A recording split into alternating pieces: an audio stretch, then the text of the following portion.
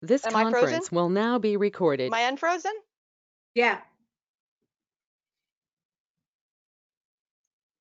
I'm good? Yep, you're good.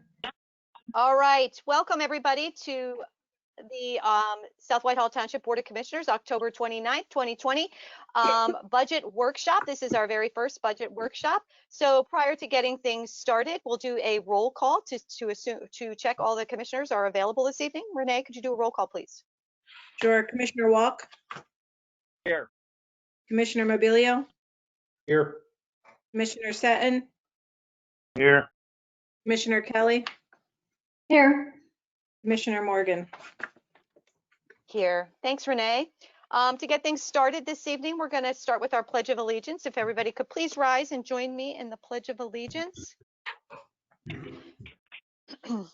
Oops, I'm hiding my flag. I pledge allegiance to the flag of the United States of America And to the republic for which it stands, one nation, under God, indivisible, with liberty and justice for all.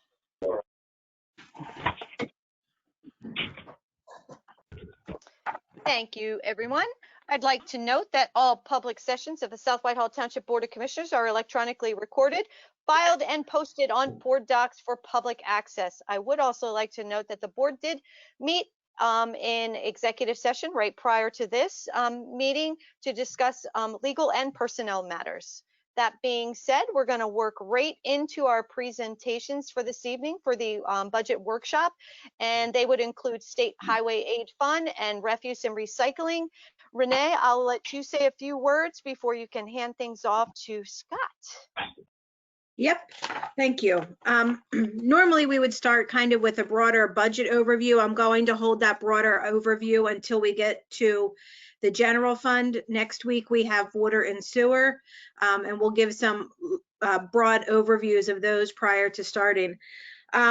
Tonight we're focusing on state highway aid and the refuse and recycling fund. And these are two relatively straightforward funds.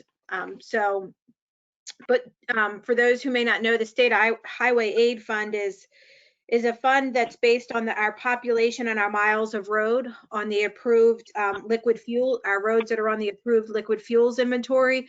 So as roads may come on to township oversight, those roads get added, and in turn, the revenue that you see in liquid fuels budget is a very simple, it's a calculation done by the state based on that inventory of roads. And so that's the only revenue that comes into the state highway aid.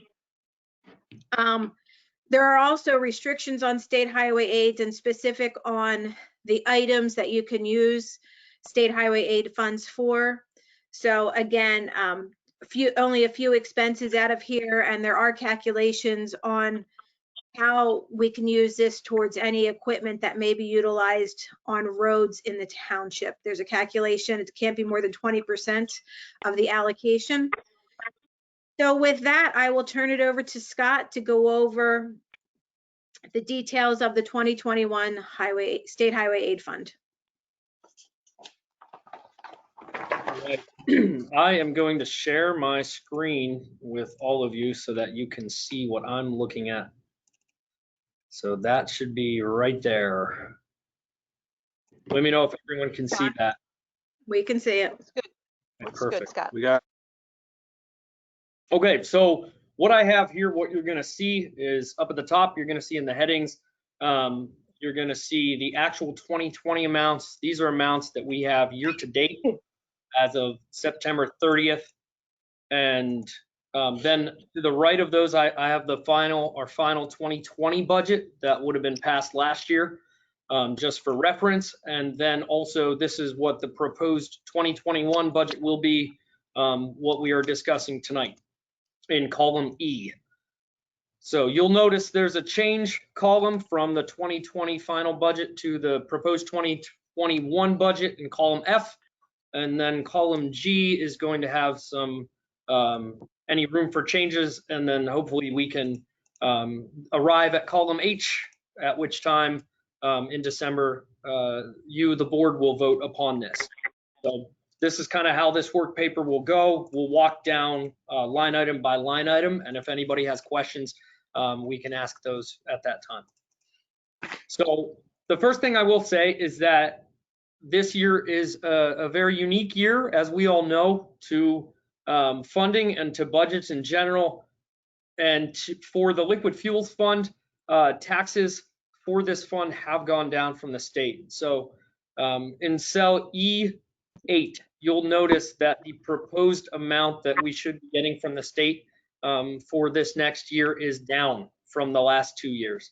And that comes as no surprise, So we have received this year $728,000 in this amount, which is higher than what we budgeted for. And so we budget based on the estimate that the state gives us, and that estimate was lower than what they actually gave to us, which is a good thing. So we have we're banking on $57,000 less in revenue than in prior years. So Just so you understand, I'm going to jump in, Scott, sorry. Yeah. Just so you understand, that doesn't mean that we have less roads or less populations. That's just simply that the state does not have the money. They're not allocating as much money for the fund as would have been allocated in the past. yeah, this has nothing to do with our merits. This has nothing to do with, you know, if we gave up roads or something like that. We actually have more roads than we had last year, which is good. Getting into expenses, the majority of these expenses have to do with street lighting. So all of the street lights that we have, we pay PP&L for the most part, money to keep those operating. And so we can do that through this fund, which is great. And as such, our actual for the year, this actual for the year figure, the $346,000, that I added, I included both what we have already spent and what we have encumbered. So that's promises to spend the money. These are contracts that we have arranged, but have not just given them the cash yet. So that's the amount that I foresee us having for the end of the year. We'll come very close to the 350. And so the proposal I have for the 2021 budget, barring any drastic changes in electricity rates, should be about 350 for the same. Does anyone have any questions on that one? Nope. Okay. Nope, looks good. Okay, thank you. The next line item is salt. So this is like for our snow, our snow plows and our roads. What I'm proposing for this year is $150,000 for the salt.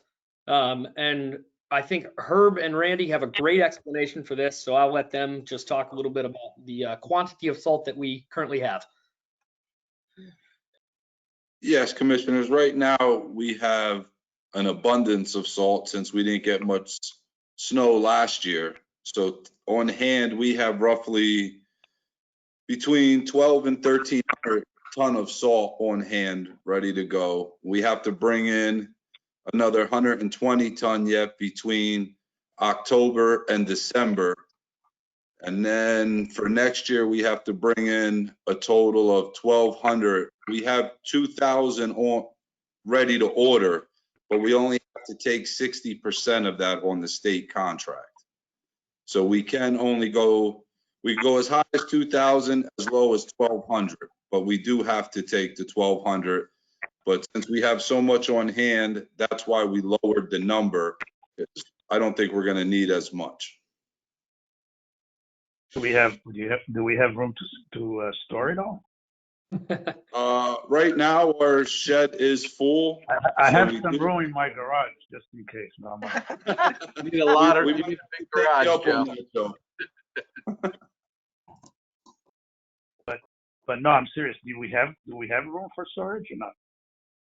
No, right now, we're over capacity of our shed. We actually have it in a pile, tarped with MS4 compliance, the way we are storing it though. Okay. So it's being stored outdoors, I guess. Is that? Yep. Yes, some is in the shed, some is outside, like I said, tarp. Okay. Not that we're hoping for a snowstorm or ice. But it would be good to use some of that. So Yeah, we could use to get rid of some of it for sure. Hey, Scott, I'm looking at your budget there, buddy. I think you need 150 at final 2021. oh yeah, my bad. Here we go. Okay. So if we have Yeah, I think last year was unique in that we had little. Oh, nope, go ahead, Scott. I was just gonna comment on the fact that last year was unique because we had so little snow and weather that it put us in a unique position this year and going into 2021. Probably happened the same this year also. Maybe. Yeah, so next year we do probably have to evaluate the state contract. You know, if there's other options. Herb and Randy know more about that, but that's probably for next year. Yep, there's another co-op program we could go in, but we're already under contract going into 2021. So if we see we have an abundance of salt still at the end of 2021, we'll probably jump over to a different contract and kind of buy what we need, as opposed to you know, buying too much. Right. Randy, how long do those, are they 2-year contracts typically? Herb, I think is it The 2 or is state it 4? The co-op bid goes out, I think, every 2 years, and the state contract you renew with your totals every year. Okay. But that Like that last guarantees year- you. Last That year, we said contract we were gonna, in 2019, we said we were gonna take 2,500 ton. And since it was a mild winter, we cut back this year to 2,000 ton.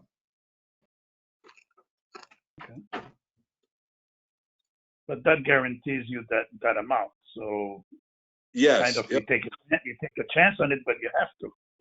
Mhm. yes, it's a roll of the dice, exactly. We've been in years already, Joe, where, you know, we took all of our allotment and we were knocking on everybody's door, asking PennDOT, asking neighbors who has salt. You know, we ran out. So some years it works out perfect. Some years you have too much. Some years you need to talk to your neighbors. So Just curious, does it make any sense if we have an abundance of salt to just maybe give it to our citizens or have them come pick up some? Or is not that- sure we can do that because it's funded by the State Highway Aid Fund. So I believe it does have to go back to the roads to maintenance those roads. It's something we could look into, but I'm pretty sure it has to stay on the roads. Yeah, You're I don't correct. think we can do that because state highway aid is a very strict fund use. And quite honestly, we work pretty closely with the state with the projects because you kind of have to open and close the projects in there. And this fund does get audited by the state. So it's very particular in where you use it and what you can do with it. So great thought, but I think that because it's that restricted fund, it's probably not possible. Okay, just an idea. Nope, that's good. Moving on to small tools and minor equipment. This is an account that we have not spent money in 2020, and as such, I don't foresee us spending money in 2021. And so I took that line item off of the budget due to its small nature and also just the level to which that we want to conserve resources here at the township and not spend money due to COVID. So that was an easy pick. The next one, lease purchase, we don't have, usually we use that sometimes for machinery and equipment. And so we have nothing new in that realm this year. And then traffic maintenance, we also spend money to repaint our road lines. And so our actual plus encumbered funds total $73,953 for the year. And that's where we'll line up this year. And so it's about what we do every year, is what I've seen for the past few. So that's what I have budgeted for next year as well. We also have, we had some paving projects that were recorded in the street construction portion as well. You'll notice that number was not in the final 2020 budget. However, I think that as of last year, that budget, that 78,000 was recorded in that 216 line item. So I just broke it out for the actual because it was easier for me to record that based on what the financial statement said. So that major machinery and equipment line item for $132,000 as of 9/30 plus the 78,000 gets us pretty close to where we're at, where we need to be for the 216. So I'm very comfortable with those numbers. What has been proposed for the 2021 budget for machinery and equipment? I'll let Randy take this one as well. He knows more about that than I do. Yeah, Scott, I just want to jump back to the bridge maintenance real quick. Oh, yeah.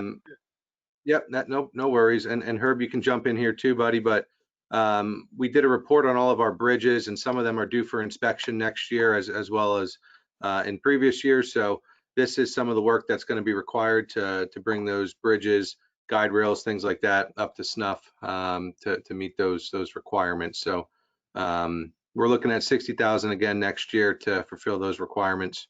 And then jumping down into major machinery and equipment, we're proposing to take out a traffic Ford F-250. That's for our sign department, our traffic guys. The current truck is not going to pass inspection. The body's actually rusting out. So that's something that you'll see going to auction next year once this truck is received. And then also for the street sweeper lease payment that we purchased 2 years ago now, I believe. So that purchase is about 37,000, bringing us to a total of, I believe, what are you at here, Scott? 82? Yep, 82,875. Yep. So those are the two line items in that one. Randy? Yep. I just have a quick question about it's not really, it's just more of a statement about the bridge maintenance.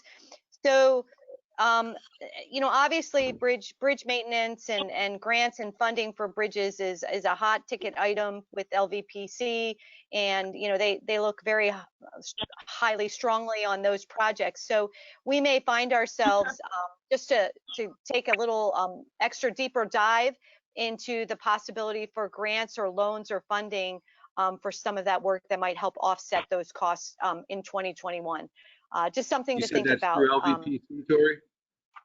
Yeah, they would be your resource. There's been a huge push on bridge maintenance and some of the money that's been going into some of those funds. So it's just something to kind of maybe dig a little deeper into in 2021. With COVID and the cuts in the money, it may not be there. I don't know, but I just bring that up because I know at many of our LVPC meetings, bridges tend to get a lot more attention than, believe it or not, even roads in some cases. So understanding that you said we have a lot of bridges that are due for inspection and may need some work. There may be some opportunities there. So just something to keep in the back of your mind. If you don't mind, can I pick your brain real quick? Off the top of your head, do you know if they require a match? And if the match could be from state funds? I don't know off the top of my head, but you know what? We can certainly, even before the next budget meeting, we can talk with Becky or the team at LVPC and kind of brainstorm a little bit about that to see if there might be an opportunity to help offset that number, if at all. I can check with George Kenny too. I know he's got a lot of that knowledge too with traffic, so I can check with him tomorrow morning. Perfect. Thank you. Thank you. While you're talking about the bridges, the two that get inspected next year are the Jordan Road Bridge.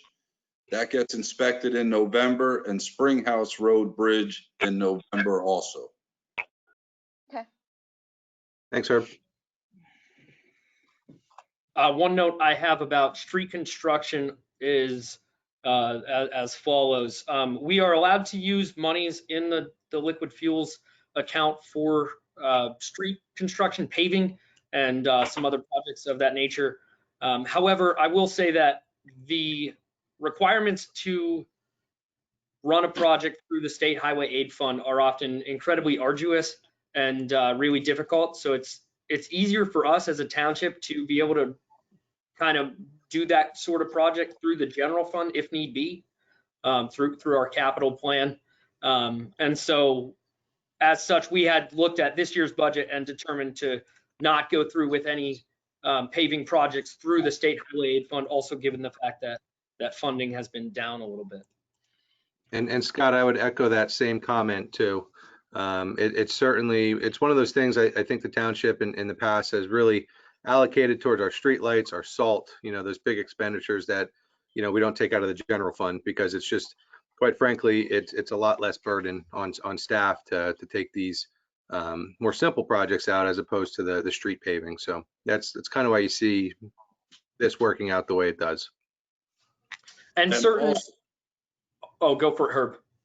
And Randy and commissioners, also, those are the two state bridges that get done.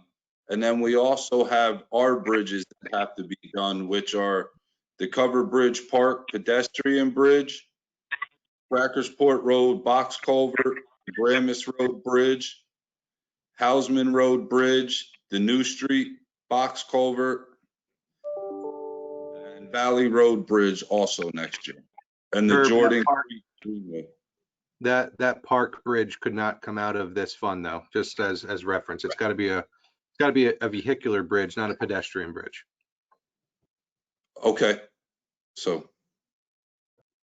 And then one other note I have about the vehicles, you'll see, you can see in the bottom left-hand side, you can see the lease payments for the street sweeper. I believe the effort here in terms of having a lease instead of buying a piece of equipment outright was for us to fit underneath the 20% vehicle allocation threshold. And so going forward, we're going to try to continue to do that. And that lease will run out, as you can see, in 2023, and we'll have the full value of the vehicle paid for. Though there is a caveat with vehicles that we do purchase from the State Highway Aid, with State Highway Aid money, we can only use those vehicles on roads. So we can't, we wouldn't be able to, for example, purchase like a backhoe and then with State Highway Aid money and technically use it for a sewer project. That would be inappropriate in that manner. So yeah, that is there. Now the important thing for all of us to focus on is our net. You'll notice that our net revenue that we have budgeted for next year is $657,071. Our net expense is $717,875. That'll give us a net loss for the year of $60,000, which is currently less than the net loss that we had for that we're expected to have for this year. Our budgeted is $172. Right now, it looks like we're going to hit a $76,000 loss. However, there are some things that we have not paid for yet that are in that encumbered amount that I talked about earlier that do need to get paid for. So in terms of estimated cash carry forward, at the end of 2020, we should be bringing in $304,000 rolled over from 2020 into 2021's budget. So the $60,000 loss this year is not incredibly concerning in that manner, because in previous years we've had a little bit of a reserve to work with. Does anyone have comments here?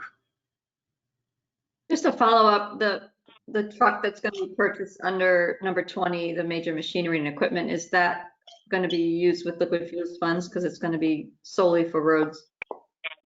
Absolutely, Yes, Diane. For the streets Go ahead, Herb. department. It's going to be used by the traffic department for all the traffic signs that need to be replacing, any repairs that need to be done. So yes, it will be a street-only truck. And one other question, the bridge maintenance, is that for the actual paying of the inspectors to come in? Is that money, invoices that we're going to have to cover that, or is that our time? No, that is for the engineering reports that they give us. and also for some of the repairs with what they suggest to be done.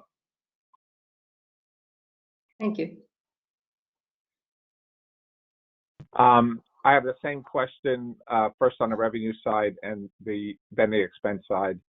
So just in general, I realize it's probably hard to predict, but nevertheless,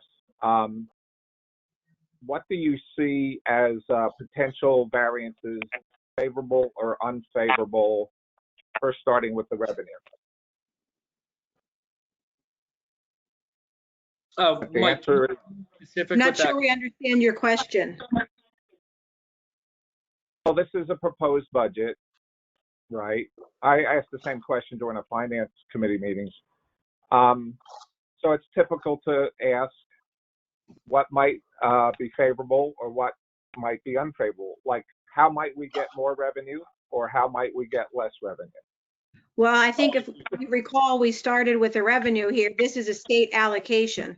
So it depends on how much money the state decides to give us based on their funding. So it's not like we can raise money in this account. This is what an allocation that the state provides us based on our network of roads, as we had discussed when we started the conversation. So it, again, this is not a fund where we look to earn extra money. This is, again, the nature of the state highway aid is that it's a revenue, that it's an allocation from the state. So Yeah, we don't so really it's have an any control unexpected over revenue. that. Okay. So same question on the expense side. Is there anything you can envision where we might have greater expenses or where we might have less expenses? I guess just overall, Mike, these are budgets that the department heads work on and come up with the estimates of what is appropriate based on the history and based on what they know has got to occur. So I think just keep in mind as we present every budget that these have been worked through with the staff and the department heads and the responsible people for these expenses. And so again, it wouldn't be a proposed budget if we anticipated more or less in an area. This is a product that we give to you for a discussion, but this has been worked through the professional staff who do it every day. So, I would say that this is the answer to your question is what's in front of you. This is what the staff has prepared based on current year, based on their knowledge, based on their professional experience to present. Okay, I realize that. Thank you.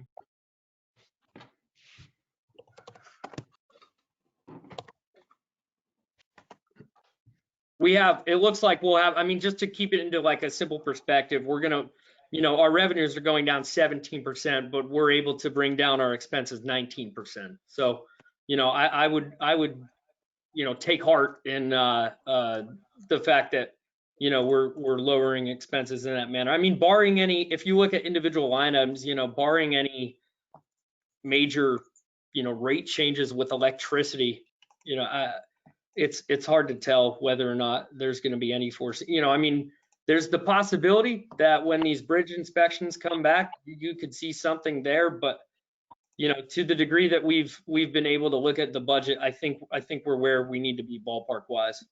But more specifically, when it comes to oh yes, I appreciate everything Renee said, everything you're saying, Scott, and please don't read anything into the question. It's simply a standard question. Someone who's managed budgets and presented budgets, I was always asked what could go more favorable, what could go less favorable. That's the only reason I asked the question. There are some funds that we have a lot more control over that. The answers to that question. This is quite honestly not one of them. We, for the most part, the only thing we can control are expenses, and that's also sometimes hard to do too. So. Yeah. But I think overall, we're very comfortable with the position of this fund this year. And again, I think, we've been very mindful of the situation that we're coming out of this year with COVID. And so we're extremely mindful of the economic situation across this nation and the world right now. So, again, we're very comfortable with the unappropriated reserve at 243. moving forward. So I agree. So the last part I have for this budget is in another tab right here that I'm going to switch to. And this is where I got that $304,000 amount. And this is just to give everyone a snapshot of what the bank account has in terms of cash. So at the end of September, we had $531,000 roughly in the bank account. This is what we have outstanding in terms of bills that we've agreed to pay, but the cash is just not left. And that's mostly because we're not going to pay for December's Christmas bill, the Christmas lights bill, until December happens, obviously. So these are things that we still have yet to pay for in the year, but we just, for whatever reason, haven't gotten to that yet. So that's our estimated cash account balance at the end of the year, the 304,000. And I'll flip back real quick to the other page, and you'll see that's the amount that I'm bringing over. So does anyone have any questions about that part? every year, this is how we calculate cash carry forwards in every fund. We take the bank balance always at 9/30, given it's, the end of the third quarter, and then we estimate our expenses out for the remainder of the year. Obviously, each fund is going to look different based on what is paid out of each of those funds, but this is the standard format that's used across every fund to estimate the cash carry forward.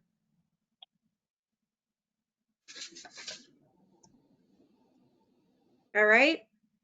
There's no action tonight. This is your preview. We will, when we get to the official first reading, unless somebody sees an issue with this account, we consider this to be kind of, good work to at this point in this fund. Then just so you know the process, we have a first reading of the budget and then a second reading of the budget. And that's when you adopt the budget, is after the second reading of the budget, and we have a public inspection.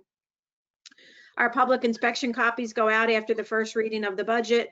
But you take no action during these workshops on the budget in terms of any votes or motions. I just had a follow-up question, Scott. I'm not sure if I heard you correctly. Did you say Christmas lighting comes out of this street lighting also? Oh, sorry, that's not what I'm saying. Sorry, that was a bad example. I meant like the December electric bill, and I started thinking about Christmas lights, and that's the first thing that popped out of my mouth. So my bad. No, Christmas lights do not come out. Christmas lights do not come out of this fund. That's Parks and Rec. Yeah. Thanks for the clarification. I appreciate that. All right, I think we can move to refuse and recycling at this point. Scott, I loaded, I think you have it on your own file because it was loaded on board docs, but I don't know if you're on board docs or you're on your own file. I'm just on my own file because it's PDF in board docs. So. Yeah, I didn't see it in board docs, Renee. I was able to print that out right before the meeting, the State Highway Aid one, but I didn't see this one there. It's on there. I actually attached State Highway Aid to refuse. I did them backwards. And so it should be there now, Diane. Okay. I emailed it at like 5:35 or something like that. So. And I had the wrong one attached, but State Highway Aid was attached to refuse, but refuse is there now. I moved them around. So. You emailed it. I'm sorry. What was that? You emailed it, Scott, to all of us at 5:30? Oh, no, sorry. I emailed it to Renee. To post at board docs. That's why. Got it. I'm going to grab a glass of water real quick. I'll be back in 10 seconds. Just to start, a little overview of refuse. This is the Refuse and Recycling Fund. Again, this is one where revenue is based on accounts receivable and a few other things out. Mike, this is where we do get a little bit more revenue. Obviously, our solid waste revenue is from the quarterly bills to the residents on refuse and recycling. Sometimes certification fees, miscellaneous revenues we take in here are, with the stickers we sell, and certification fees are for when people sell and transfer their home ownership. Those certification fees get paid to us to do final certs on the expenses due. So this is an area where, again, revenue isn't just straight from one source.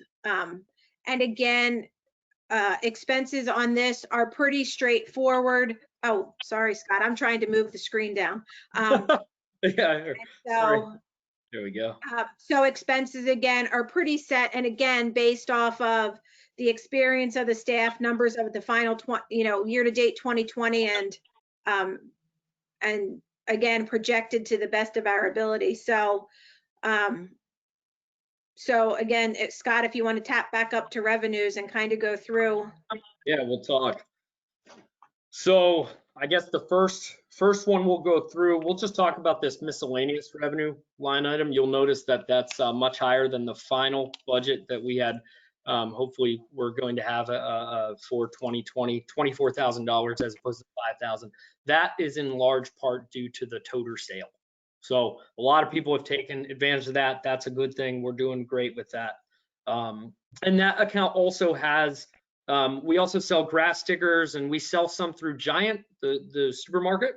And they purchased a few several weeks ago at like $4,000 or $5,000. So they were replenishing their stock. So we went through that as well. So that miscellaneous revenue, I'm only going to keep it at 5,000 because I like to be very conservative when it comes to the revenue side. I would rather budget I would rather plan for a budget based on less revenues than we actually get and find out at the end of the year that I'm wrong, but in the right direction. So that's kind of my philosophy when it comes to budgeting for revenue. So that's why I kept it at $5,000 that you'll see there. The next line down is, these are certification fees. These are pretty static year to year. We only get a certain amount of these that come in each year. So I added $500 just to, add for an increase in case we have one. Now the next line item, the 36,413 account, the penalties. This one's very interesting for this year. So we had decided due to COVID to help the public have some alleviation here to enact no penalties on accounts Q2 through Q4. At some point during 2021, we'll reassess that, but we haven't been charging people late fees on their accounts just to help them and really help the residents have less of a burden placed upon them in a year where many burdens have been placed upon many people. So as such, I put in the proposed 2021 budget just a $10,000 amount. Year to date, we've received about 13,000, which is still very high due to the fact that we have 3/4 of no penalties. But this account is not really an account that we bank on a lot. It's that we certainly don't hope for $50,000, $60,000 of revenue from here. That's not our intention, and that's not our hope. I would also say this goes to some of administration and liens. This is some of the court-off revenue that might come in as well. Correct. Now the big one here, the big one here is our solid waste revenue, and so I have some notes on this as well. And I have it highlighted green because the actual what I put in here, I put in not the actual amount as of 9/30 because as of 9/30 we had not included the Q4 bill. So what I did was I added what the Q4 bill will be. So that $2.7 million is the amount of money that will be brought in revenue during 2020 total. So that's a calculation that's based on 7,234 homes at a rate of $95.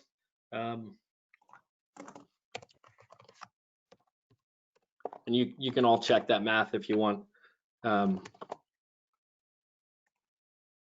So yeah, we do a projection. I mean, that's what was Scott, that's what was billed, right? And that's what we. Yeah, that's what was billed. So like our budget amount last year, we had budgeted was based on like 7,100 people, ballpark around there.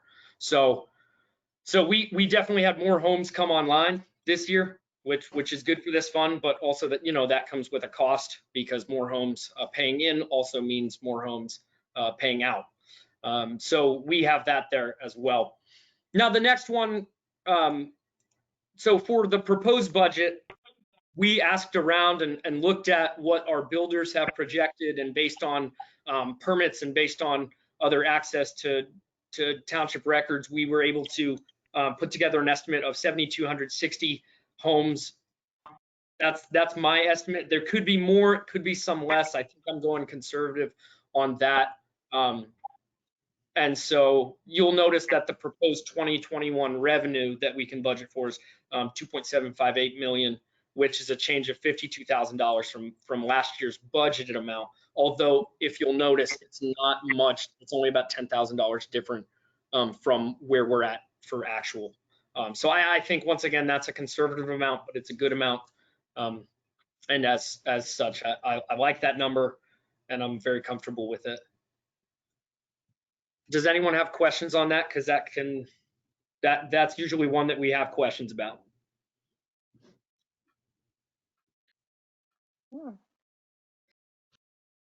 I have a question going back to the miscellaneous revenue. Again, I might have misheard you, Scott, but I believe you said that that was from the toter sales. Yeah, some of the toters come through that account. But I guess I remember in the January, February, when we were still having meetings in person, that we transferred some money over to augment that account. So is it still considered revenue if we were supplementing it with funds that we had already allocated for this year's budget? I'm just trying to understand that category then. I think we put $50,000 in that fund. In a public meeting, we voted for that. Yes. Is that the expense side? No, well, you expense it, but that's just showing the revenue that's coming in. Because I like That's showing revenue coming in. Yeah. for that kind of budget change, I'm not sure we would put it in the revenue portion. So usually the only thing, I have the account detail that I have brought up here. A lot of time, like this is it's showing just toter purchases from like individual people. I will get an answer to the board on that. But I don't know that off the top of my head. That you said it was 50,000 in January. It was January, February, we approved as a board. I remember we had a long conversation about it in a public meeting about transferring $50,000 over to toters. So I guess I'm just. If there's revenue coming in, it still would show in a revenue line but I'm not quite sure where, I mean, the expense is a different line item, so it would be an offsetting at the end. But the revenue would still be shown on a revenue line. We don't offset that coming in and going out. So that could be in contracted services. The expense of the $50,000 could be in contracted services. So it doesn't necessarily mean that your revenue was $20,000. There could be an offsetting expense to that. Well, didn't we approve that money in order to provide the toters at a discount? That was the Yes. point of that? Yeah. Right, so wouldn't What it be, I'm saying is that I think that would come out of like that 50,000 would be reflected in the Contracted services was line paid item. for the tutors. I'm just trying to understand, that's a huge deviation from what we expected to get. I'm just trying to understand how it went from 5,000 to 24. Well, I don't Right. think they anticipated a toter half price sale when this budget was done in the fall. Correct. It's true. So if they didn't And maybe, anticipate you the know, half maybe price if we- sale, the revenue is the revenue in the budget when it was approved. Again, that impact after that decision is going to reflect a higher revenue because again, those toter sales are going into that line item. And maybe maybe what we should do if we continue, toter sales in the future, just to have a separate line item for the revenue piece of the toter sales. Maybe that's more appropriate. Yeah, probably not a bad idea to make sure that we're covering our expenses too. Yeah, I'll write a note down for that one. well, so where would the cost of the toters to us be on the Yeah, that's budget? In gonna other words, be contracted That's gonna services be in now. contracted services. okay, What the way that Advance bills us, and we'll get there when, you know, when we get there a little bit later, and I'll talk more about this. The way that they bill us for services is they lump everything in to our normal monthly bill. And so sometimes it's difficult to be able to pick out like, hey, this much for toters, this much for, they just kind of throw it all in that bucket. So I can certainly dig into that route. I don't know those details. You know, I don't know the minutia in that account entirely. There's other people on the staff who know those answers, and I can get an answer board on that, you know, in the future. And I certainly will. So Hey, Scott. yes. So a few minutes ago, you highlighted and you spoke about the green number. Yes. You explained that it's largely based on the number of houses, increased number of houses. So that seems stable if that's, it's entirely dependent on that. My generic question again, nevertheless, is there anything else that, since that number is 96% of the total revenue, is there anything else that could cause variability in that number? Well, sure, if we don't take as many houses online, or if we don't take houses online, or if, I mean, people don't have the option to opt out of trash service. But that estimate is dependent on, again, the number of potential new houses. It's not necessarily a transfer of ownership. It would be new houses coming online. But people don't have the option of not having trash service. So it doesn't really sway typically the other way unless, I mean, I don't know. So Believe it again, or not, we have people that ask to, believe it or not, we have people that ask to, not be online for the trash services. So we have to tell them like, no, this is something you do have not to be allowable. for. Yeah. Thank you. Now the line item for 35,400. So this is my conservative revenue budgeting in me. I don't have anything here for the actual because we haven't received any money from the state yet. Usually we receive this money later in the year in December, or even sometimes in January of the following year, because this grant revenue, this is a grant that the state does, and it's a recycling grant, and this is based on what the haulers report. So oftentimes they don't report that information to the state until the end of the year, and as such, we don't get that money until the end of the year. So I do have, I can easily put it, in this actual column, but for the sake of tonight's meeting, the purpose of which is to look at the 2021 budget, it doesn't really make sense in that manner. But This is a 904 grant with the state, which means commercial businesses in the township, in addition to what we recycle, but it also includes commercial businesses in the township, have to report every year how much they're sending to recycling. And then the township, actually a grant writer writes this for us. Huff and Associates has done this grant for multiple years. They optimize the amount of grant that we can get. So that's why you'll also see a grant offset revenue, because there is a fee that we pay to Huff and Associates for writing that grant. But again, they do a fabulous job of getting us a significant amount of money and with this grant. So we've worked with them for quite a few years in optimizing the amount of grant money we get. Again, this, they are starting a new system with the state. So for like next year's revenue, this has to be reported by the end of the year. And they put it all online. So they're hoping to cut checks earlier next year for the 2020 year, but we're still waiting for the 2019 year. So it's always a year back. But in 2021, we're receiving the grant for the amount of tonnage that was reported in 2020 is what'll come in 2021. So actually they're 2 years back, I think. But again, it's, you know, again, our estimate out this year coming up was $118,000. Again, we seem to be recycling more through these last several months than we have in the past, which is a great thing.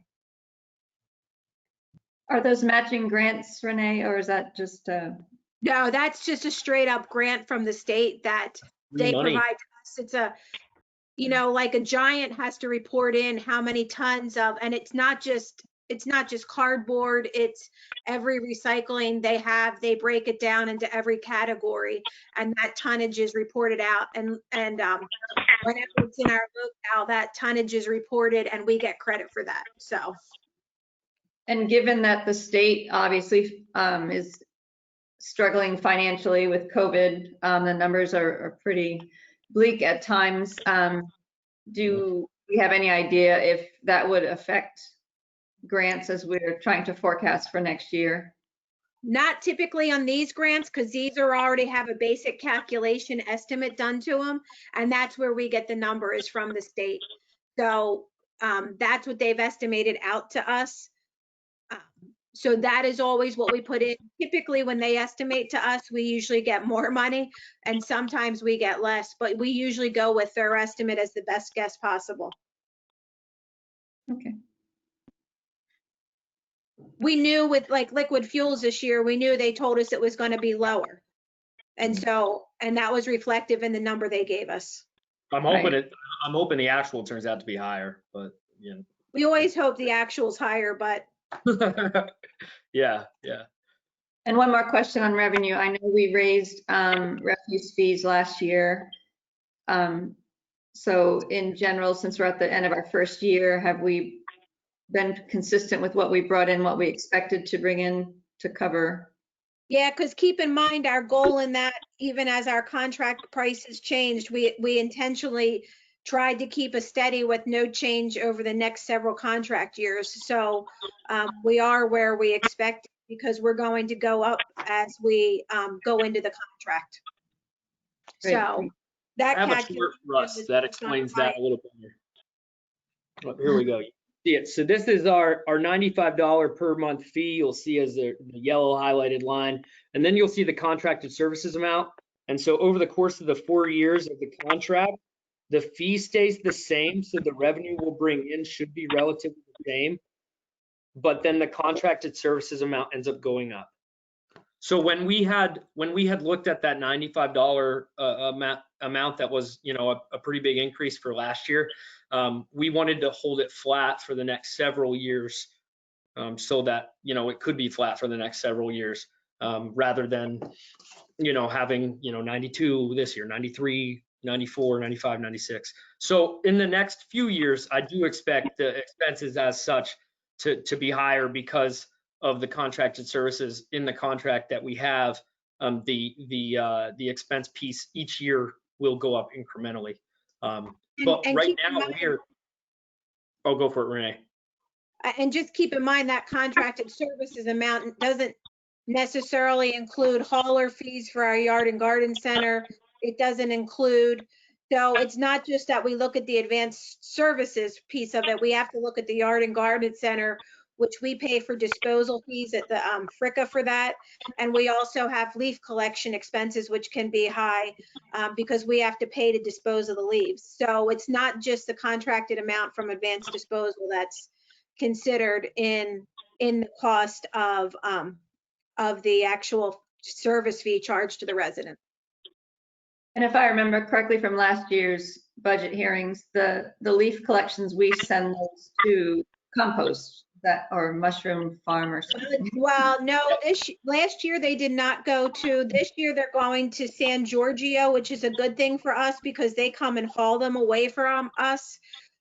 Last year they went to First Regional Compost, which is where our yard and garden center drops off, the advanced drops off for us as well. So there's a variety of different things, and sometimes we've worked out again next year in 2021 to be at San Giorgio mushrooms, but there are some times when they won't accept them, and so we have to do other things. But yeah, we haul those leaves that we collect curbside to. This year Giorgio's getting them, We haven't covered, you're not seeing those expenses reflected yet because obviously we just started. I don't think we've hauled any yet. And then one more question, have we given any thought as a township, since we're talking about the yard waste collection? I know some townships actually chip up trees and sell the wood chips to people. I don't know if that's profitable or not. I have no idea. Is that something we've looked at to? We have looked at that. It's extremely expensive for the equipment to do it. I wouldn't say that we would never say never, but we've looked at it in the past and just the expense of doing it was a little greater. So, but we have talked about that on occasions. And, you know, the last time we looked at it, it was a little bit more cost prohibitive and, you know, certain insurance things with grinding, people grinding things through machines is a little bit higher insurance liability as well. Okay. I will say too, Renee, we even in the past went so far as to consult with, at one point we consulted with Upper Mac to see if there was some sort of a regionalization opportunity, and it just from a financial standpoint didn't make sense at that point. I think it's, you know, it's a topic that we would have to revisit on occasion, but at this point we haven't found a financial benefit to that at all. Are you going to talk a little bit? I don't want to jump the gun here. Are you guys going to talk a little bit about the plans for the refuse and recycling, the new center, and how we're going to plan forward for that? Yeah, well, that is planned in the renovation project. So as a, you know, a nice enhanced center with very heavy duty concrete and a drive around capability that is very in and out, that will be very nice. Actually, kind of a little bit more to the setup, that's down there now in the temporary location, meaning the bins will kind of be in the middle and you can drive around them, which is much more conducive than the old yard and garden center that was at Walbert. So again, we've listened to the resident feedback and it was designed with the intention of being the drive-through center to make it more user friendly. So. But from a setting a money aside portion, are we setting any additional funds aside to assist with the upgrades to that particular? Yeah, we are looking at setting some of the money aside from the refuse fund to assist with the payment of the enhancement of those facilities, because again, we're allowed to do that and it just makes sense to do that. Okay.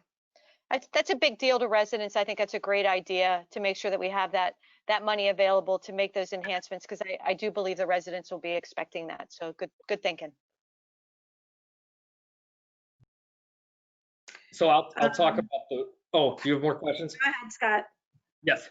So moving on to expenses, as of September 30th, we had utilized about $30,000 of our budgeted wages for the year. And so this is for one employee that we have in the department. And so we're probably going to end up around 45 again for that, a little less than that. But 45 is with an increase. So last year we had budgeted 50, and you know, to find more room to budget more favorably, I brought that down to more of the actual amount of what that's going to be. The next line item, this one is called special allocation, and this is very complex. And so Renee is going to explain this one because this is more her level of expertise than mine. The special allocation is, there is a lot of work that goes into the refuse and recycling fund.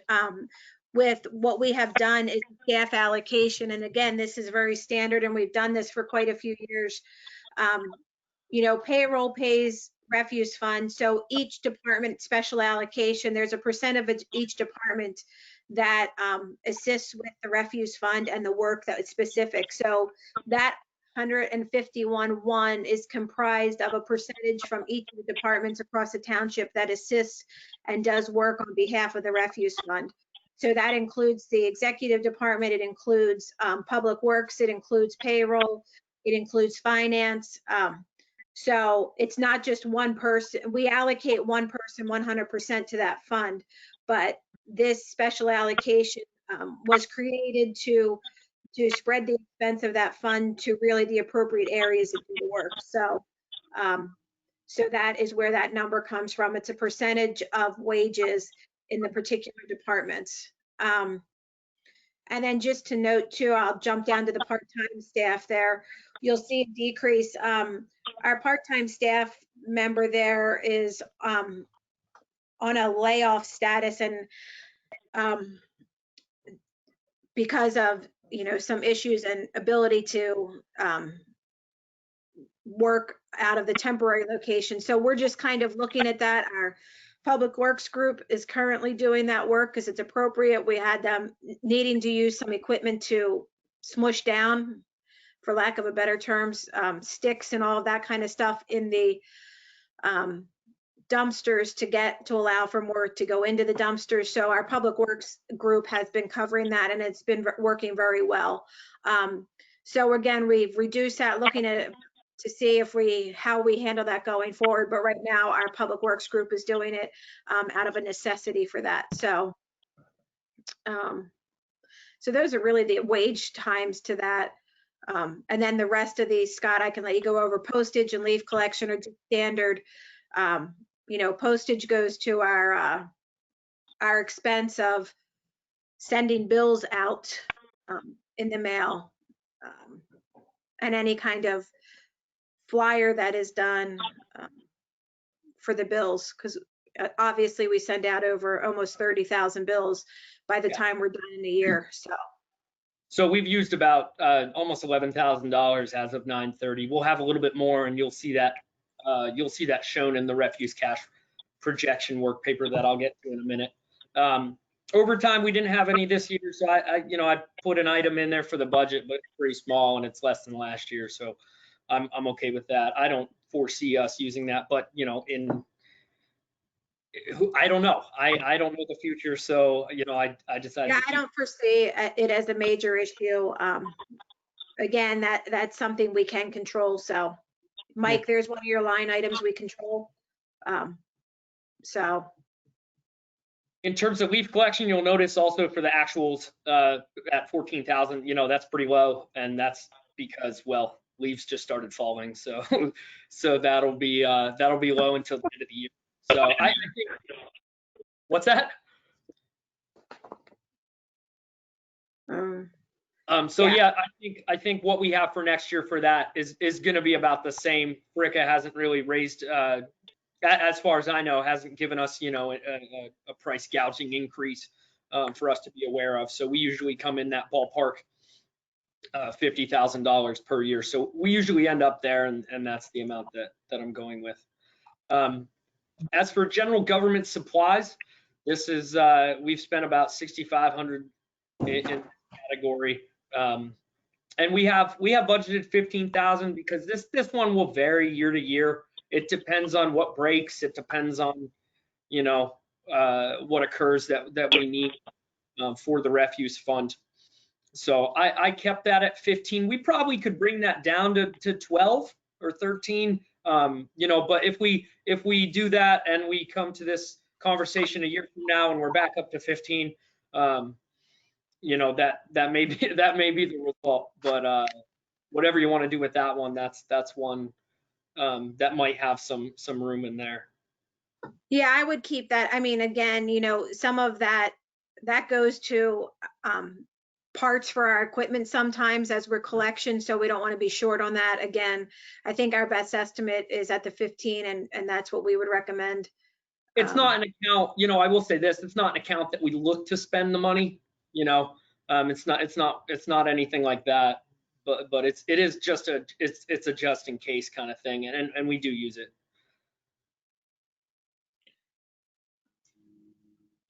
So moving on to professional services, we haven't spent a lot here as well, but we do spend some depending on what we may need for that.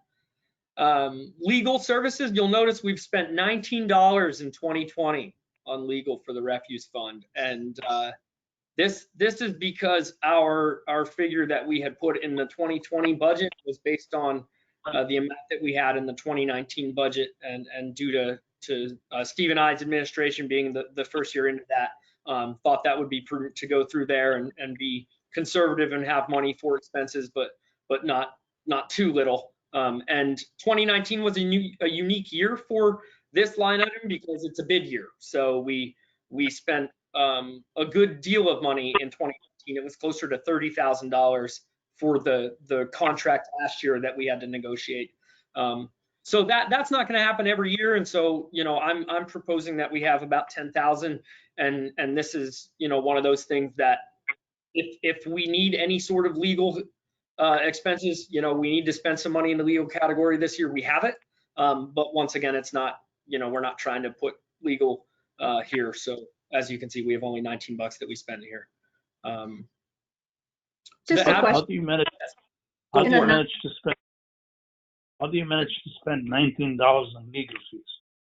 It may have been a copy. in- Never heard of it. It's like a fraction of a minute. Yeah. Yeah. Let me see. Yeah, it was Let me probably a put that in. copy from a legal service, so. So who knows? All right. Matt's eyes are rolling back in his head. He's like, what? What's happening? That copy fee they charge us for.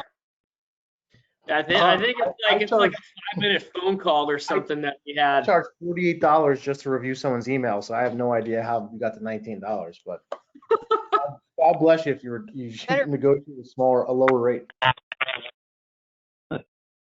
And just curious, All right. bid year for the contract, what type of things would fall under legal services or refuse? It God just forbid an depends, accident or it just something. depends. There could be an accident with the truck. You know, a potential accident at the Yard and Garden Center that somebody enters legal issues. So again, it just kind of depends on what it may be. But, you know, we don't really love to take it to zero. So again, I think, you know, appropriate number is at the 10,000. Great, thanks. I think it's wise to keep some money in there because you just don't know what could come up. You've got a cushion in there for And I as know it'll needed. be the year that we go to zero. That's something will happen, you know? That's just how that goes. For sure. When it comes to advertising and printing, we spent a little bit more this year than we have in previous years for advertising and printing. And a lot of that had to do with the education and the mailings that go out to the residents with the new contract. Because, you know, with a new provider, a new waste management provider, we have new things that, you know, it's a lot of it's small stuff, but you know, we got to get those out to the residents nonetheless. So I don't foresee us. I want to be once again conservative here, so I put 5,500 just to hit that same amount. I hope we don't get that high, but you know, it's a smaller amount in the fund. But this is also, we print our bills out, our bills are printed outsourced. So again, this printing is to cover some of the outsourced cost of the bills. And since we've gone online now to be able to accept payments, I mean, are we going to still mail bills long-term? Are we looking down the road for this year to try to get more electronic with our residents? It depends, you know, we have residents who don't want us to go electronic. Correct, and there's probably a percentage that do. So, I mean, are we going to factor that into any of this since it's a new avenue that we've got for the residents? When we go live with our citizen self-service area, they will be able to choose if they want all paperless or if they want printed.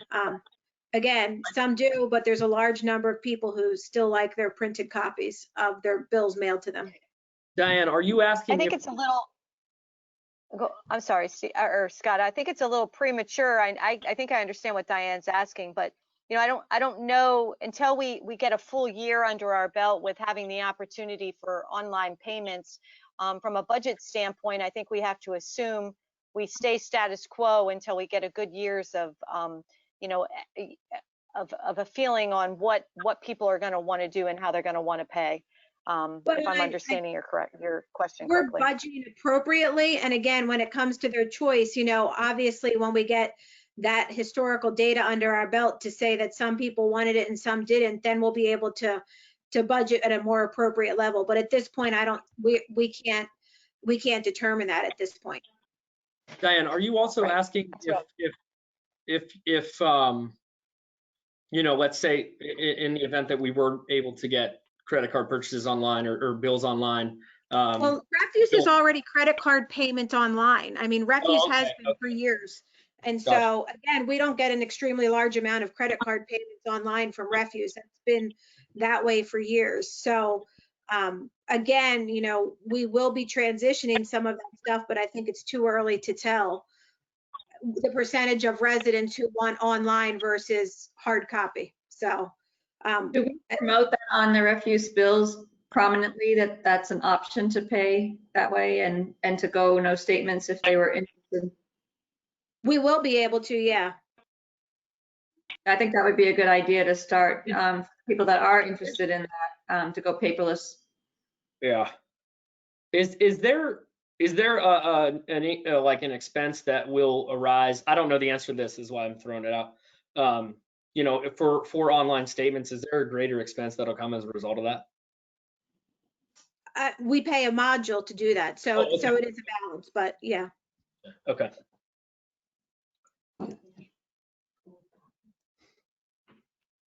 The next line item I have is the 4347 line item for education resident. This amount is for the Green Advisory Council. And this is education for the Green Advisory Council to get information to residents. We had, I think my number's wrong there. I think we decreased this for 2021 a little bit. If we did. I think it went to 15,000. Which line item is that? This is, Where and is again, that? this is a GAC would come to the board with a recommendation on how they would like to utilize this educational. But again, with the formation of the GAC, there were certain things that, you know, potential advertising or events that potentially could be held. I know one that they've talked about is the electronic recycling event. Right. And so that money was there set aside to, you know, promote some of those activities. Again, that GAC would present a proposal to the board, you know, asking for a motion to proceed with any kind of whatever plan they're coming up with. So that $20,000 has not been spent this year yet, so we're still waiting on whether or not they do anything with it. For next year, though, I think $16,000 would be adequate for that. Yeah, I would agree with that. I think that's probably even, you know, higher than what's expected, but yeah, 16 would make more sense. I'm not sure from a project line, if we're going to get some of the big projects out this year. Randy, you might be able to speak to this a little bit more, So, but there's some plans. yeah, there's definitely Go ahead.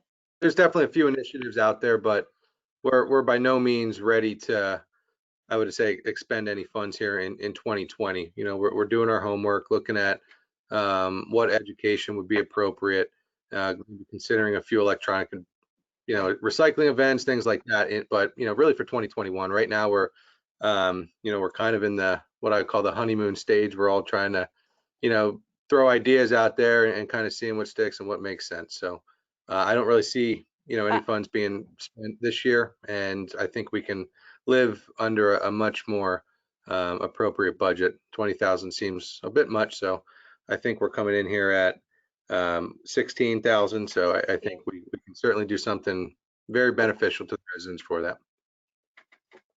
I think from the standpoint of expenditures for this year, the only thing that I could see potentially coming to the board for possible action would be, I don't think we're going to get the electronics recycling at this point. No. We're going to be into the winter months. I'm not sure that's going to Probably be something looking we'll at do in 2020. Yep. We're looking at Probably May. sometime in So Yep. We can advertise right, in the that'll news. be an expense. Right. But one of the big things that the GAC committee is looking to do, and we'll need some expenditure ability on, would be the education materials. So I do anticipate that that'll be something we'd want to try and push out in 2021. So I think 16 is a very reasonable and workable amount, and it's a good placeholder for them to be able to actually get some initiatives off the ground. So that sounds great. There's a I'm lot sure of they'll be ideas very floating pleased. around. Everything from a sticker on your toter of what you can and can't put in there to you know, a one-page front and back flyer that may discuss, specific items of our trash contract, our yard waste drop-off site, have everything in one sort of form, as opposed to, sending 4 or 5 different, pieces of mail out throughout the year. Maybe we send one packet out, or somehow find a way to Yep. include them in the trash bill. So we're looking at a few different ideas. Excellent.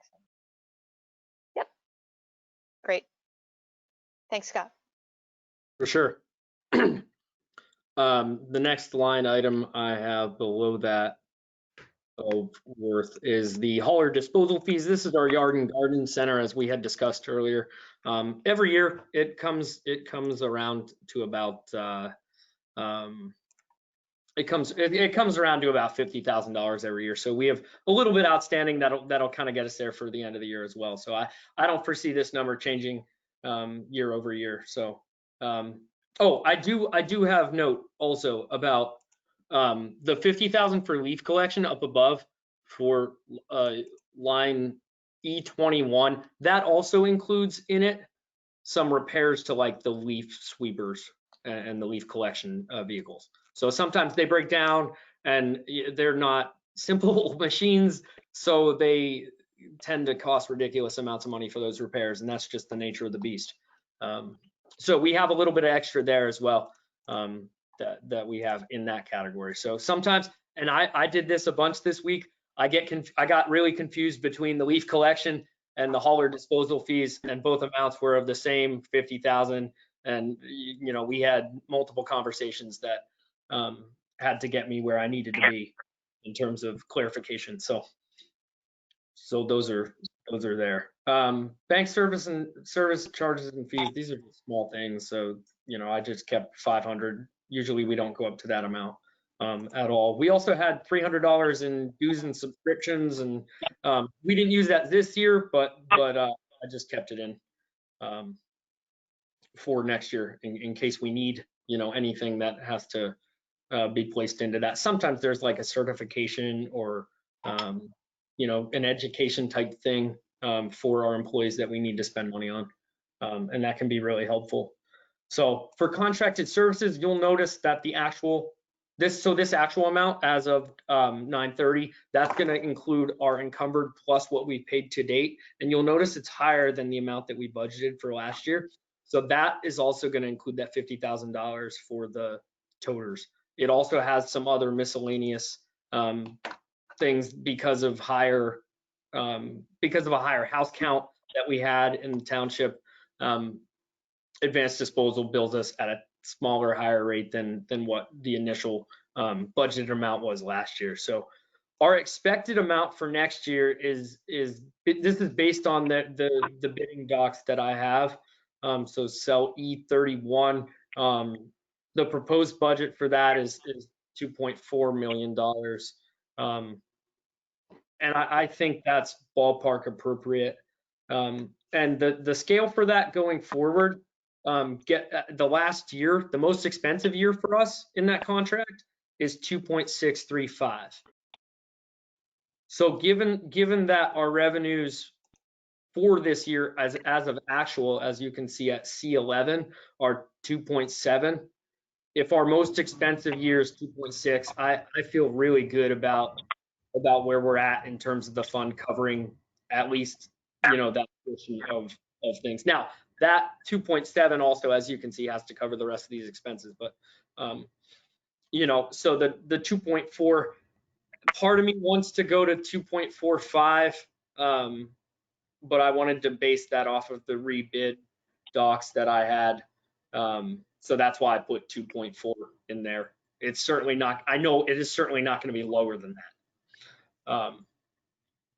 So feel free to ask me anything on that one or discuss. I think this is, an item worth discussing a little bit. Thank you, Steve. Yes. Scott. I'll call you Steve because it says Steve on your. Just if you would just let me understand the contracted services. So since we bid this out last fall, I'm assuming that the number of dwellings that we knew we had at that point, has it really gone up that much in the last several months that number is already that much higher than we had anticipated?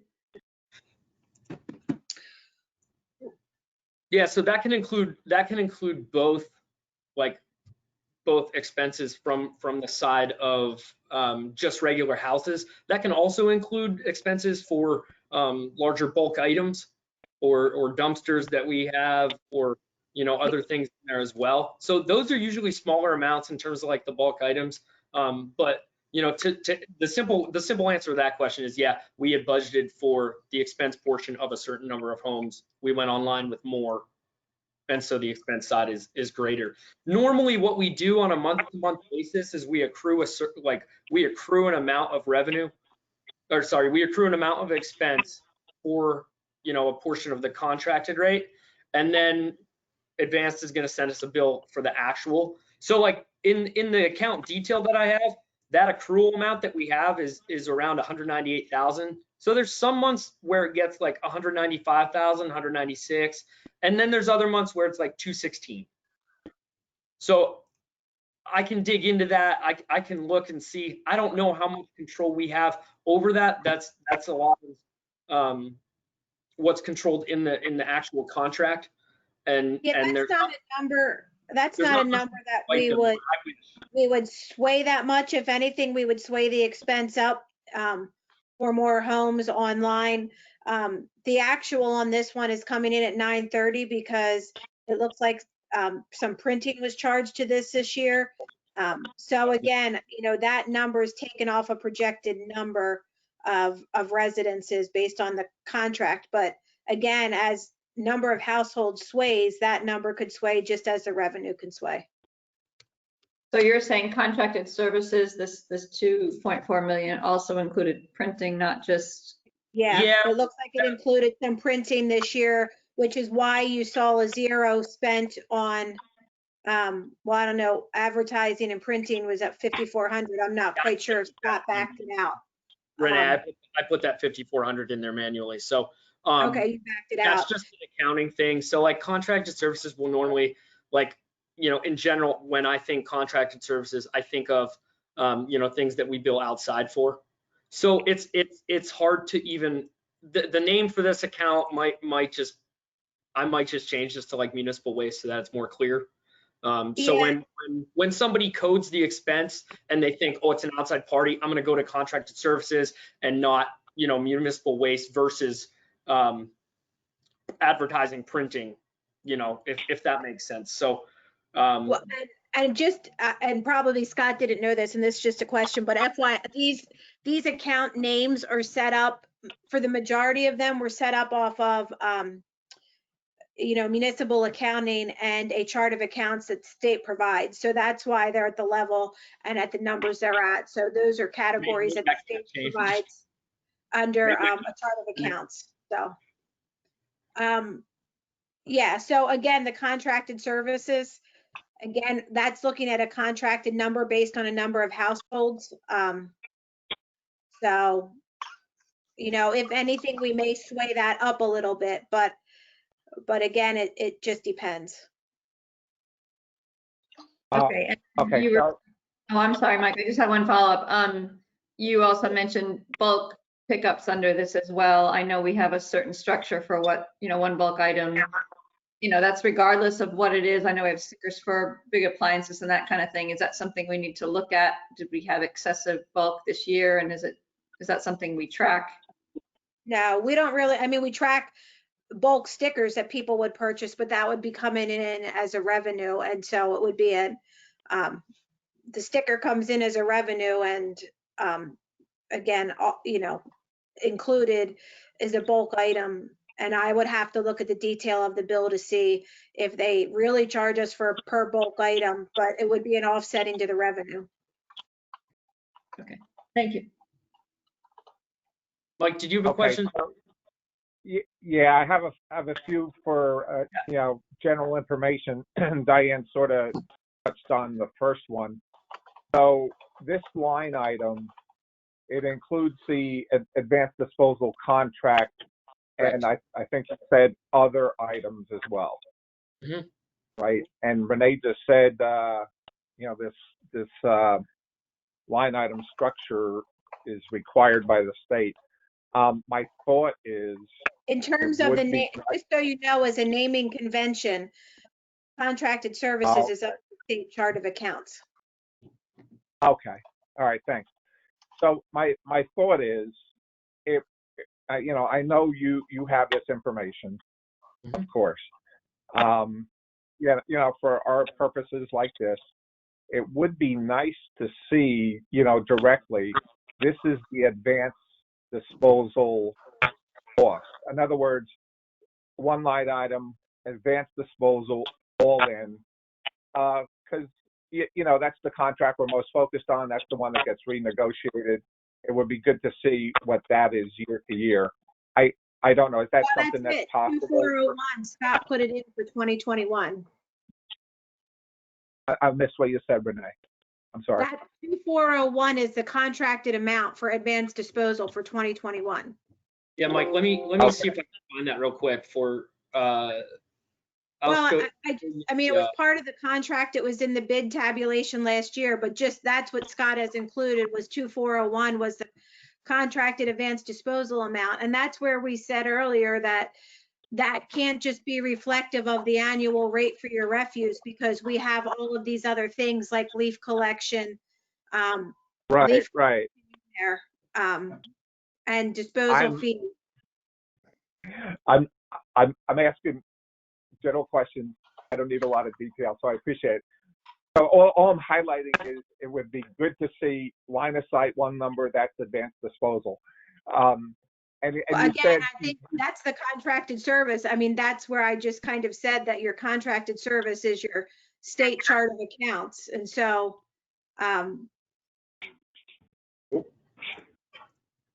you have, let me just go ask my other general question. I think Scott just sort of flashed it up there. The advanced disposal contract, it has a lot of line items, a lot of categories. So it's waste hauling and, you know, appliance pickup and all that sort of thing. You have that as a separate spreadsheet, set of accounts, whatever, right? Yeah, we don't break that contract out. that was broken down. Okay. All right. I recall that. And So now these- Scott has these put up info. Yeah. For our sliding scale of what they agreed in the contract last year. So like for each year, you can see like where they go up. The breakdown of that, I don't have that readily available. Okay. All right. Now you're on my next question, which was it is a 5-year contract. Mhm. It does go up each year, as Mhm, you've indicated here. Mhm. mhm. All right. And then remind me, do the refuse bills increase accordingly each year? No, No. I think as we recall, the conversation we had earlier was that the rate was set considering the 5-year contract. The rate was set last year considering the All right. 5-year contract so that we didn't have to have an increase every year. Okay. And Okay. you know, that's one of those things, Mike, that's going to be debated at every single board of anything, whether school board, you know, township, city, even at the federal government level. Well, not so much there, but a lot of the local levels. It's like the question is, okay, do we try to not raise taxes and then hit people with a giant tax increase or a giant rate increase one year, you know, or do we do a little bit over, you know, each year a little bit, you know, to kind of lessen the pain? Because, you know, we're going to go 5 years here, and that was the goal when we set this up. We're going to go 5 years, hopefully with the same rate. You know, Right. Well, I think that was our intention, Mike.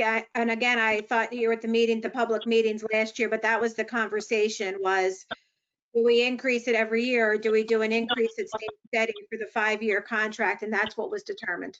is that at Yeah. 2025, we're going to get hit with another contract, and it's going to be more expensive than the one we have now, and we're probably going to have to reassess, you know, rate increases. So it's like, yeah. Thank you for refreshing.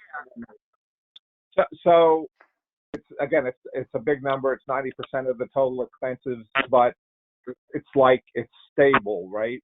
Because we negotiated the contract, all the bits and pieces, and it's stable because it's negotiated. Well, Yes. that part of the contract is, again, you know, does First Regional Compost excessively increase our rates? We would hope not. And so again, all and that's why we set the rate at what we did to try and cover those potential issues. Again, you know, that was considered last year when we Okay. set the rate. Thank you. Thanks very much.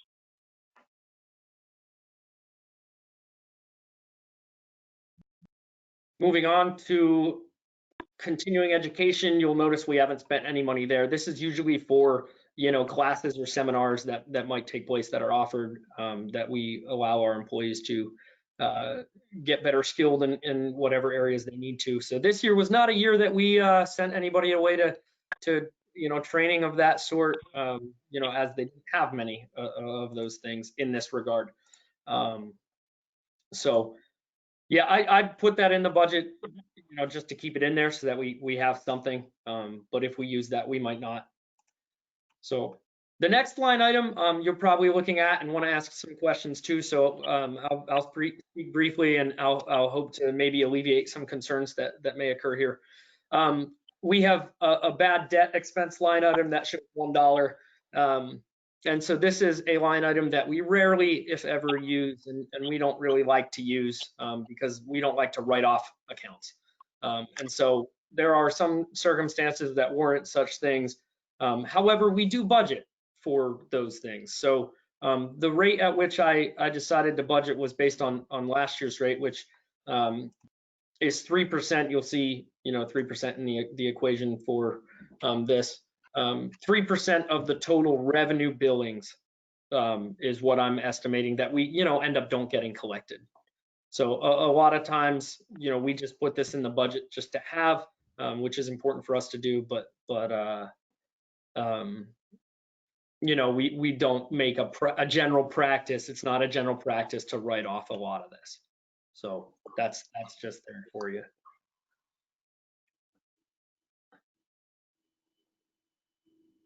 You'll see we don't plan on any sort of interfund transfers for this year. So, you know, I don't plan on that for next year either. In previous years, we've had that, so that's why that line item is there. So I'm just gonna delete that for this year. So as you can see, the item here to pay attention to is I'll highlight it in green there. It's cell E39. And that's the expected amount of net income that we should see from this line item from the refuse fund for 2021. That's what we're hoping to do, and that's a little bit of an increase for next year. And so we have $2.874 million that we're expecting in total revenue, and I think that's, you know, on the conservative side, and then $2.698 million in expense. So that's what we're looking at in terms of net income. And then there's a little, you know, this gets a little more, the cash carry forward amount is more complex than the state highway aid amount, mostly due to leaf collection and the refuse. So I'll go there as well. So here is let's see if I can get this off of the print view.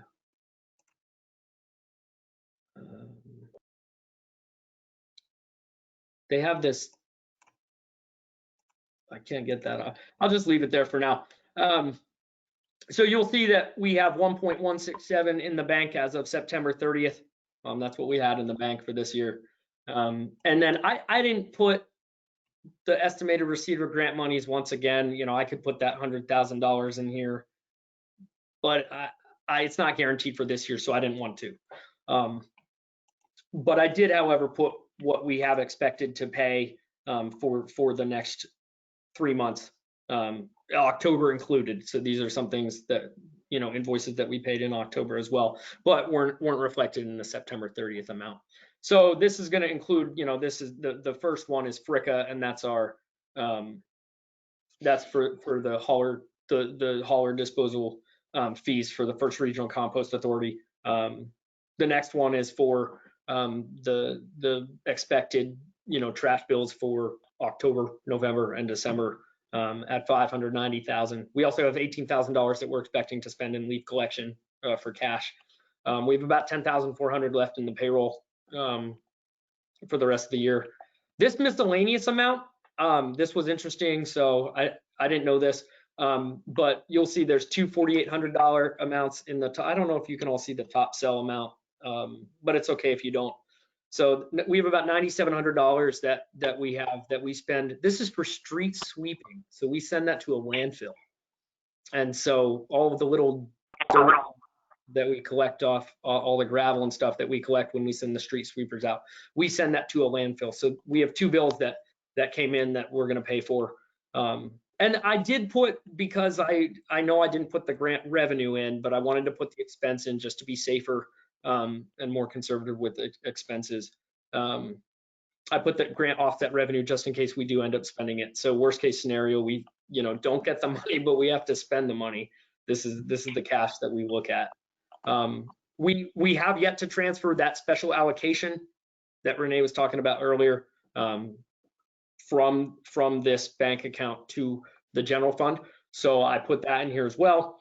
And then this next one is an exciting one because we have some money that we can that we're using for the Yard and Garden Center for the refuse fund as well. That's going to come out of this. That's going towards the construction project with the new renovation. I don't know, Renee, if you want to add a note there.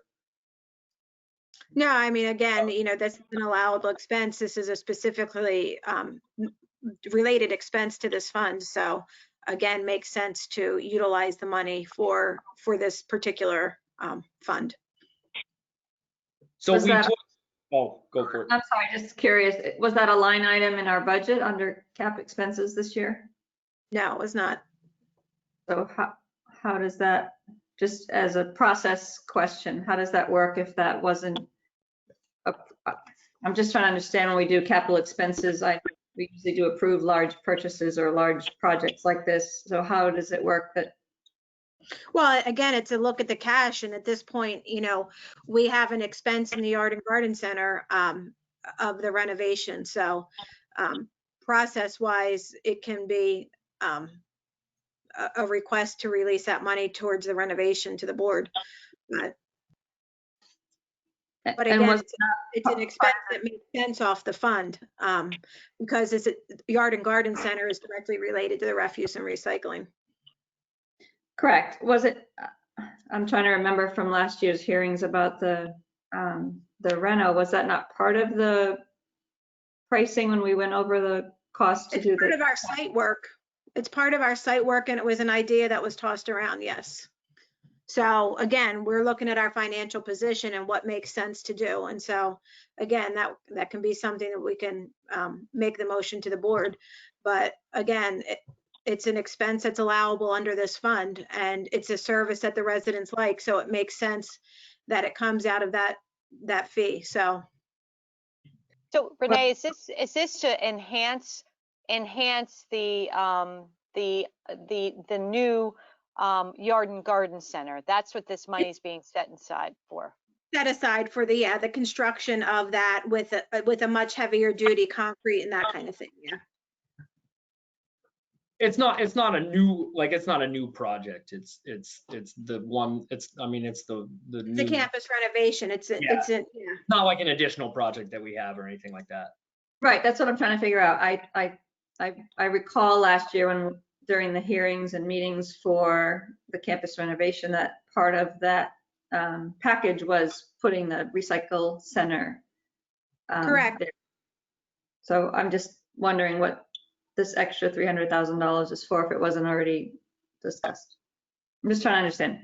Yeah, it's not like a new project or something. It's to say, as we financially look at the status of it, to say what makes the most sense as we pay, as we have cash on hand. Does it make sense to finance the Yard and Garden Center under a financing, or does it make the most sense, since we have the ability to pay for that new location, to pay for it out of cash on hand?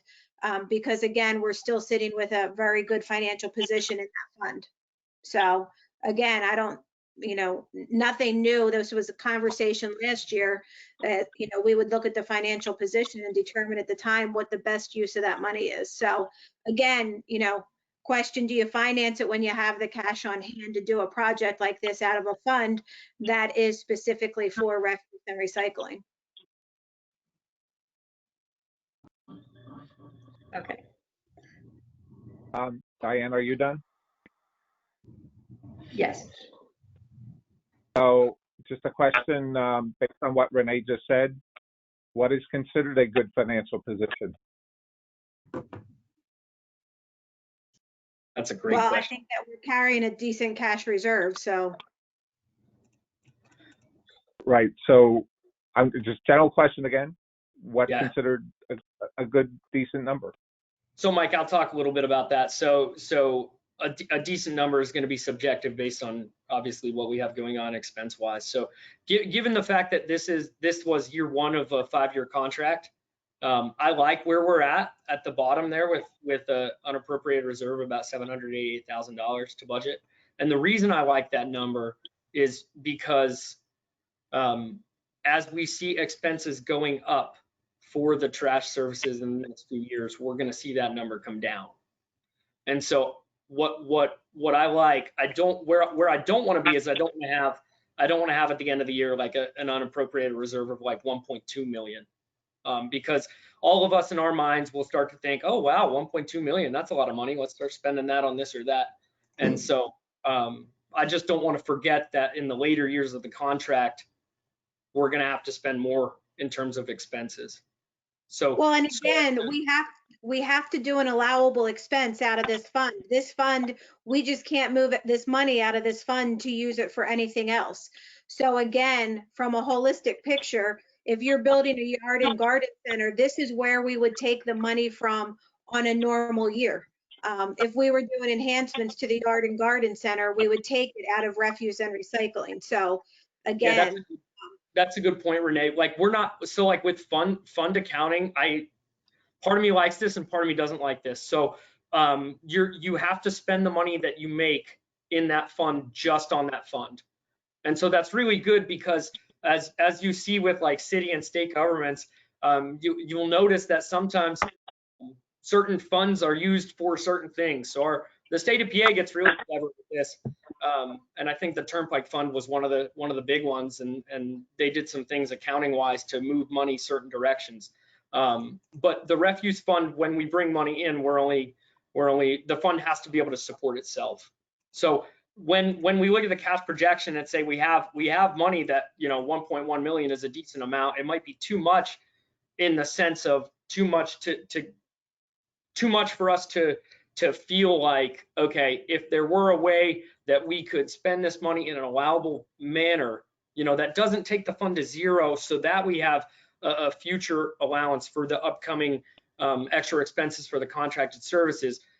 Is there a way that we can spend some of this money and use it for things? Oh, okay, the yard and garden center is a manner in which we are allowed to do that per the law. And so that's why we have that number in there. So all that to say, when I look at the 788 number, I like that number. I wouldn't like it if it said 500,000. I wouldn't like it if it was at 350. And on the other side, I also think one over $1 million would be too much to have just sitting in the fund there. So Scott, Yes. thank you for a very thorough answer with excellent reasoning. You're welcome. I did my homework for this meeting, so we're gonna have a fun next 4 weeks. So we'll see. So does anybody else have any questions? Matt, do you have any questions about this, or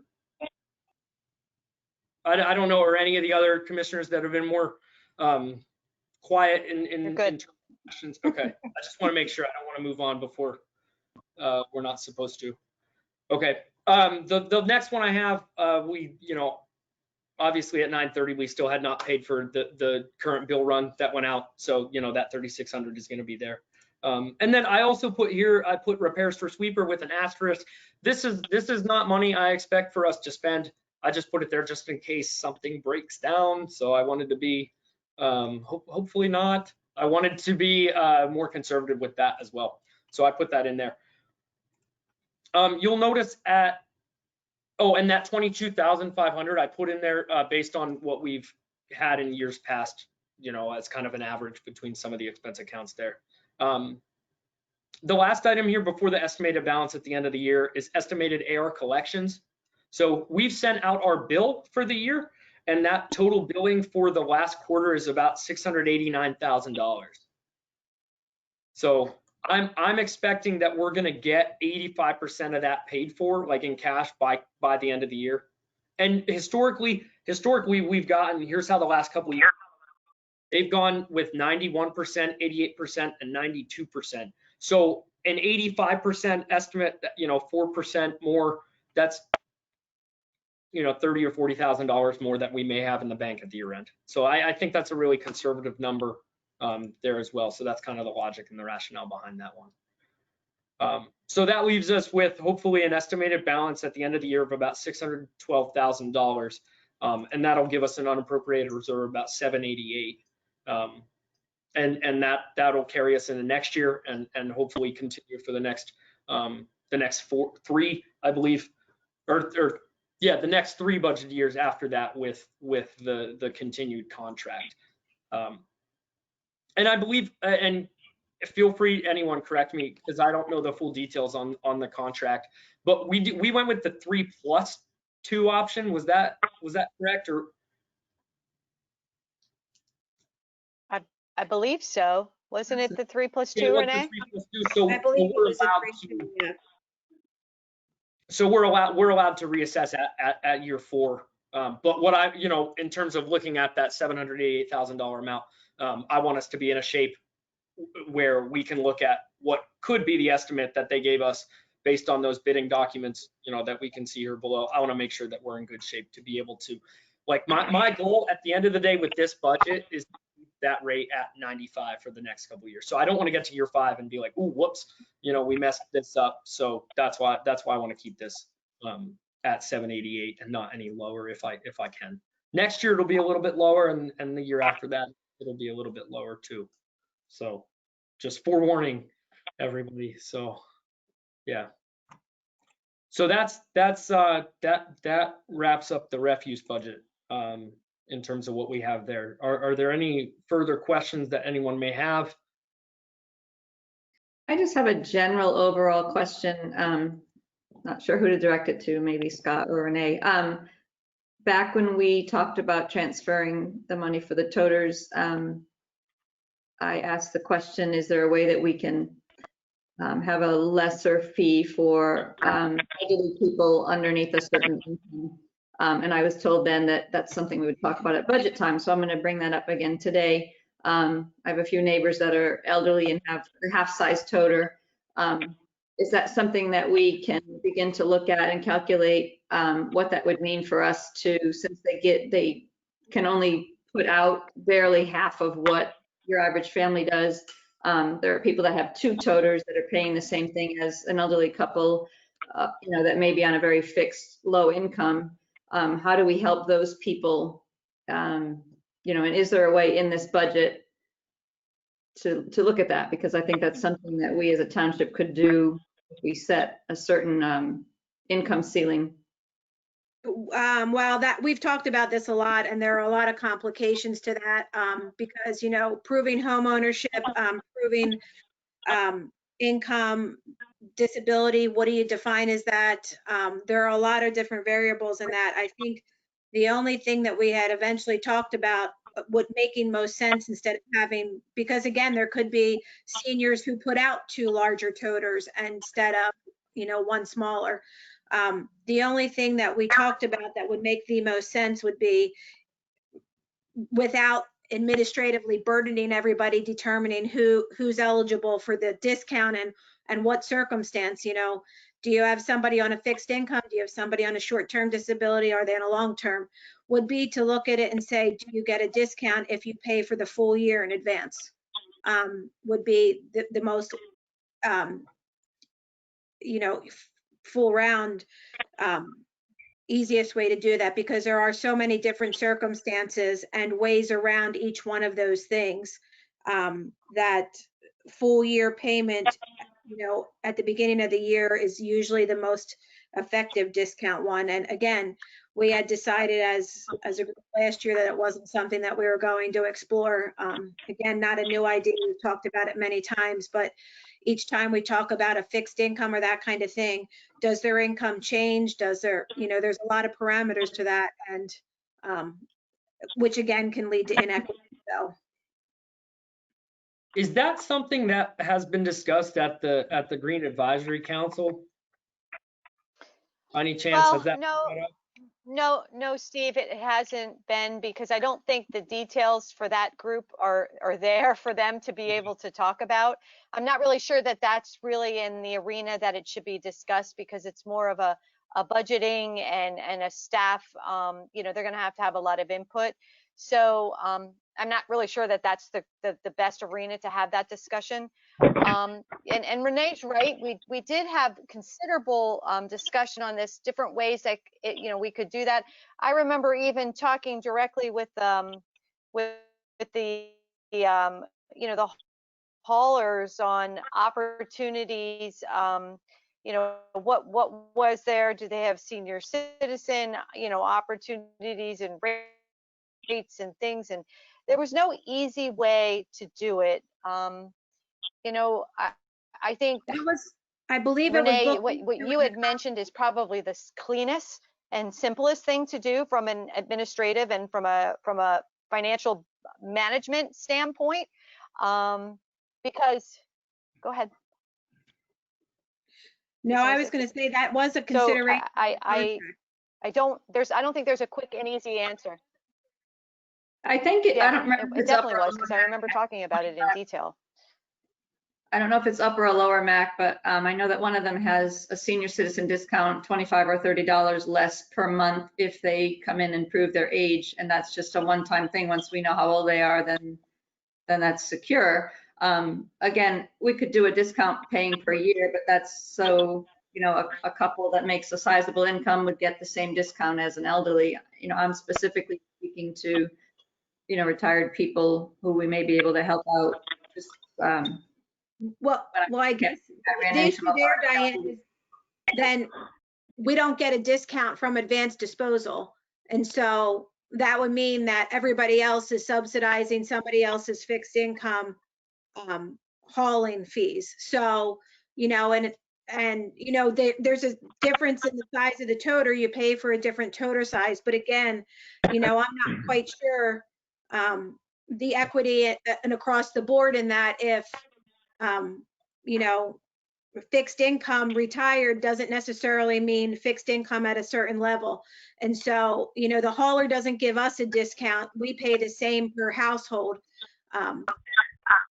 based on that tonnage to get rid of it. So there is certainly less from, a retired couple as opposed to a family of 4.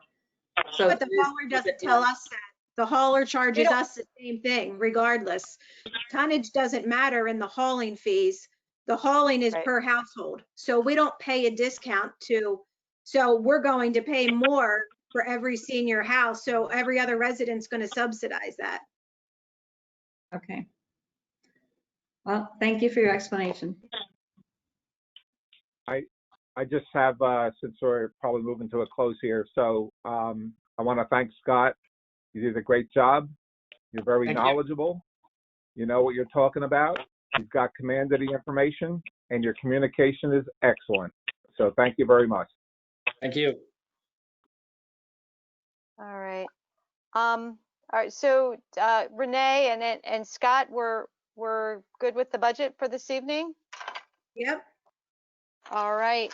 I just want to mirror Commissioner Walk's comments. Scott, thanks for stepping up and helping us out. But this is a team effort. Certainly, I know, Scott, you were getting a lot of help from the rest of the team, and under Renee's leadership, and Randy and Herb and Mike and everyone out there. Great job. Honestly, it's budget time is difficult. It's a time for us all to come together to get it all done right. So great job by everybody. Excellent. That being said, we have no new business to discuss this evening. We do have courtesy of the floor. Is there anybody who has a non-agenda item that would like to approach the board? I don't think we have anybody extra on the call. Okay. We have no executive session, but I would need a motion for adjournment. So moved. We have a motion on the floor from Commissioner Kelly. Can I hear a second? Second. Second from Commissioner Walk. And can I have all in favor? Aye. Aye. Aye. Aye. I think everybody's good. Have a lovely evening, everybody.